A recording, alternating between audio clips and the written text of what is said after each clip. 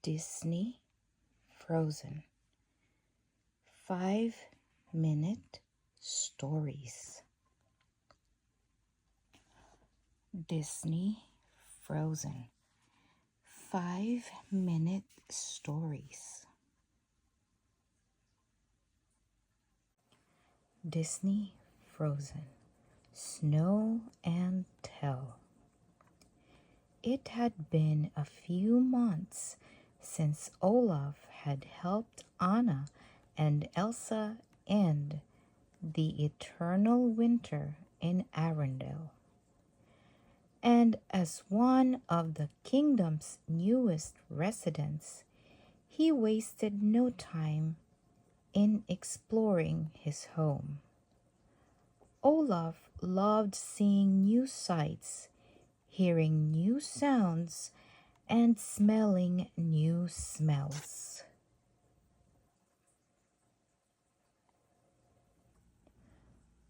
One day, Olaf happened upon a group of children. "A parade!" he squealed. "I love parades." "Hi, Olaf," a girl named Lisbeth said. "What are you doing today?" "Just wandering around town," Olaf replied. "You mean wandering?" she said. "No, wondering. I'm wondering, why are you parading inside when it's so nice out?" "It's not a parade," Lisbeth giggled. "It's school." Then she followed her classmates into the building. Olaf was curious. He'd never been to a place called school before. Peering through the window, Olaf saw Lisbeth. She was in front of the class, sharing her collection of seashells. They were different shapes, sizes, and colors. "My shells are special to me because my papa is a fisherman. He sails a boat to many different places, and he always brings shells back to me from his trips." Then the teacher, Miss Halverson, welcomed Olaf inside. "Would you care to join us?" she asked. "Really? Could I?" Olaf asked. "We're having show and tell," said Lisbeth. "Ooh," gasped Olaf. "I love show and tell. That's my favorite. What is it?" Miss Halverson explained that the students were sharing their collections, groups of items that had special meaning for them. It was Finn's turn next.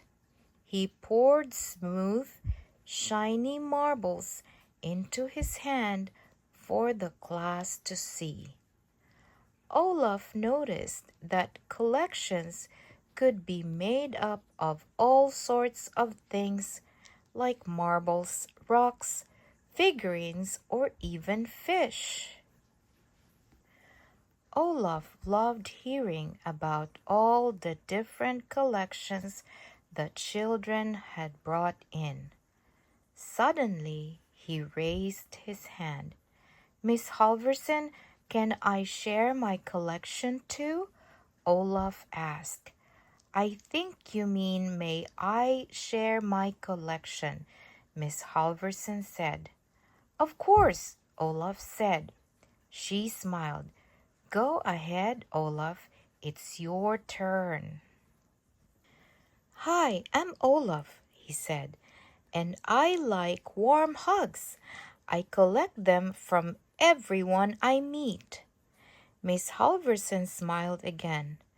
"Olaf, collections are usually made of things you can touch." Olaf's eyes lit up, and he nodded with excitement. First, Olaf pulled off his carrot nose. Then he reached up and took a handful of snow from his flurry. Next, he pulled out an icicle with the tip broken off from behind his back. It was certainly an unusual collection. He placed each item on Miss Halverson's desk. Olaf, Miss Halverson began, I don't think you understand. Items in a collection have value or meaning. Yes, they're unique, right? They're special in some way. Gotcha. Miss Halverson looked at all the items on her desk. Usually, we collect things that aren't just parts of our bodies. But Olaf pointed out that his carrot nose was not just part of his body. It was the first gift he'd ever received. This carrot reminds me of the day I met my friends Anna and Sven, Olaf explained. When Anna gave me the carrot to use as my nose, Sven was so cute. He kept trying to kiss it. So whenever I see it, it makes me smile. One of the children raised her hand. What's special about snow? Olaf pointed to the small cloud over his head. This is my own personal flurry. My friend Elsa gave this to me, he said.